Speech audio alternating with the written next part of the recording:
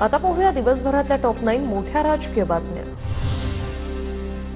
कोकणात ठाकरे गटाला भाजप देणार जोरदार धक्का। माजी आमदार राजन साळवी भाजपमध्ये प्रवेश करणार। शिर्डीतील 12 जानेवारीला होणाऱ्या अधिवेशनात प्रवेश निश्चित, सूत्रांची माहिती।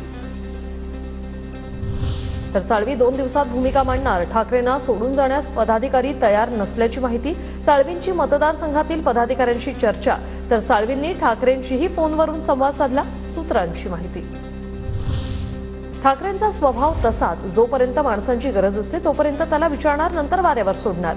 राजन साळवींच्या नाराजीवर शिंदे गटाच्या नरेश मस्केंची प्रतिक्रिया। शपथविधीच्या 17 दिवसानंतरही महायुतीच्या 8 मंत्र्यांनी पदभार स्वीकारला नाही। 5 कॅबिनेट तर 3 राज्यमंत्र्यांनी पदभार स्वीकारला नसल्याची माहिती। या आठवड्यात मंत्री पदभार घेतील। काहींचे पूर्वनियोजित कार्यक्रम, तर काही जण विदेशात गेलेत। मंत्र्यांकडून पदभार न स्वीकारण्याच्या प्रश्नावर चंद्रशेखर बावनकुळेंची प्रतिक्रिया। करण्याकरता थोडे कमी जास्त दिवस लागतात। काही आधीच मंत्रिमंडळाच्या आधीच काही लोक बाहेर गेले आहेत। मला वाटतं या आठवड्यात निर्णय होईल सर्व, म्हणजे या आठवड्यात पदभार घेतील। आधी 30च मंत्री होते, आता 42 झाले। सगळ्या मंत्र्यांनी पदभार स्वीकारलेला आहे। मुख्यमंत्री फडणवीसांची प्रतिक्रिया। मध्ये 30च मंत्री आधी होते, आता 42 झाले आहेत। तर मध्यंतरीच्या काळात काही चेंबर्स वेगवेगळ्या कमिट्यांना वगैरे गेलेले आहेत, तर ते सगळे आता सॉर्ट आउट झाले आहेत। त्यामुळे सगळे मंत्री घेतील, सगळ्यांनी घेतला पदभार घेतला, कुणीच राहिले।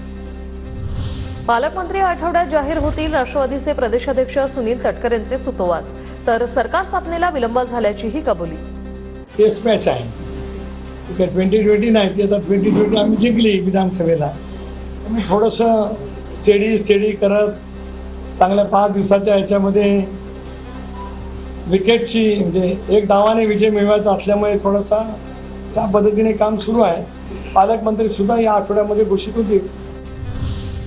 अनुमानाप्रमाणे माझी छाती फाडली तर शरद पवार दिसतील। शरद पवारांकडे जाणार, आमच्यासारख्या खूप जणांना अडचण झाली आहे म्हणत लोटांगण घालणार, झिरवाळांची माहिती। बजरंगाची छाती फाडल्यावर प्रभू श्रीराम, तसं माझी छाती फाडली तर पवार साहेब आता जाणार साहेबांकडे, लोटांगण घालून पाया पडणार। निवडणुकांनंतर मराठी माणसांविरोधात दंडेलशाही, महिलांविरोधातील अत्याचारात वाढ, महिलांबाबतच्या तक्रारींसाठी संपर्क कक्ष सुरू करा, राज ठाकरेंचा कार्यकर्त्यांना आदेश।